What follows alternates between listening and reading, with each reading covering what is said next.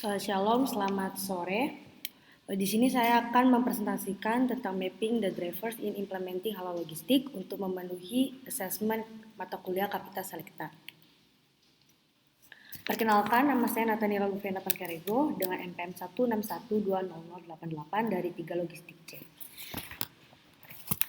Diawali dengan tujuan penelitian, yaitu untuk mengidentifikasi, mengurutkan, dan mengklasifikasikan driver penting untuk menerapkan logistik halal di industri makanan dan minuman Indonesia. Yang dimaksud dari driver ini yaitu motivator yang mendorong organisasi bisnis untuk menerapkan pendekatan konsep atau strategi tertentu untuk mencapai tujuan organisasi. Dikarenakan sebagai lembaga sertifikasi halal menginginkan untuk memeriksa keseluruhan proses produksi dari mulai transportasi hingga distribusi yang sebelum akhirnya mengeluarkan sertifikasi halal untuk organisasi sebagai produk halal.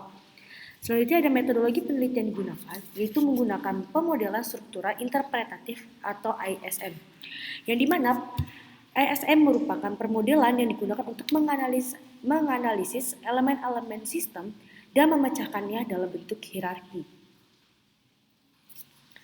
Di sini ada teori pendukung. Yang pertama ada pendorong permintaan pasar halal, dukungan pemerintah dan manfaat bisnis, yaitu dari Guttali. Yang kedua ada eksternal halal, permintaan pasar halal, pesaing, pasar berbasis produk halal, faktor internal, nilai, norma, sikap dan perilaku yang akan membentuk praktik, prinsip, aturan dan manfaat dari Zakaria dan Abdul Tali.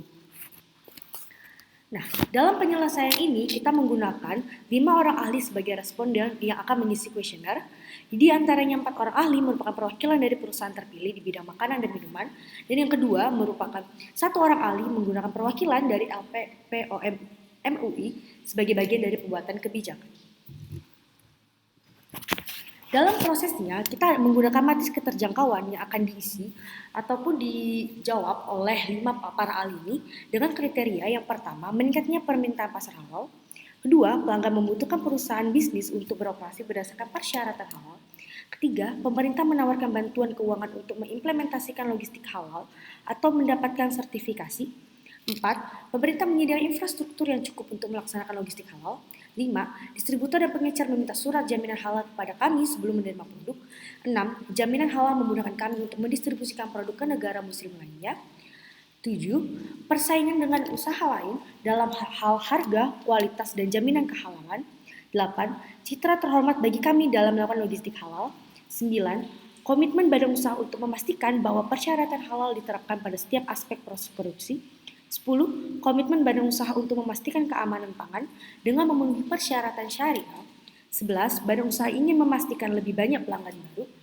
12. Badan usaha ingin menjamin kelangsungan usahanya dalam jangka panjang. 13. Konsistensi badan usaha dalam memproduksi produk halal sesuai persyaratan halal.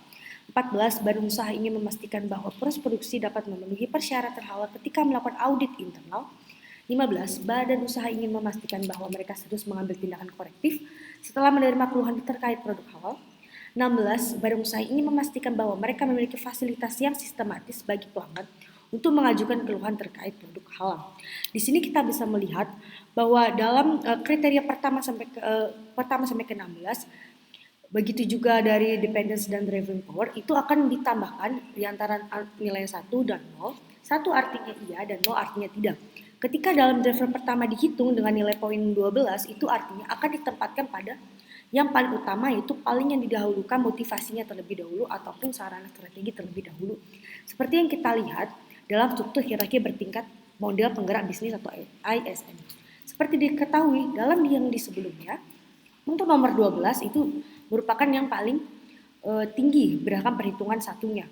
Tapi ini bisa kita pindahkan menjadi yang paling pertama untuk diterapkan, seperti ada badan usaha nomor 15, 4, 3, dan 16. Ini tuh merupakan dari perhitungan yang semakin tinggi itu akan diterapkan di paling atas, sedangkan semakin rendah itu akan diterapkan di paling rendah.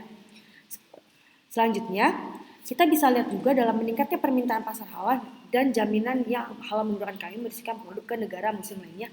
Hal ini dipengaruhi oleh kriteria-kriteria yang sudah disusun sebelumnya dan diurutkan berdasarkan nilai ISM tadi.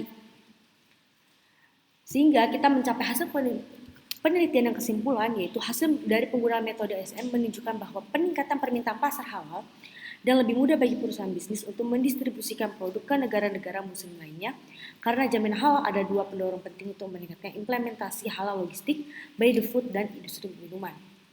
Namun, dalam jurnal ini memiliki kelemahan jurnal dan ada future riset untuk pengembangan penelitian selanjutnya. Yang pertama, penelitian ini menggunakan 5 orang ahli sebagai responden yang akan mengisi kuesioner.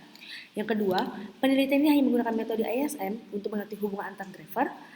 Dan diharapkan penelitian selanjutnya dapat dilakukan untuk menguji dan hubungan antar driver menggunakan model persamaan struktural.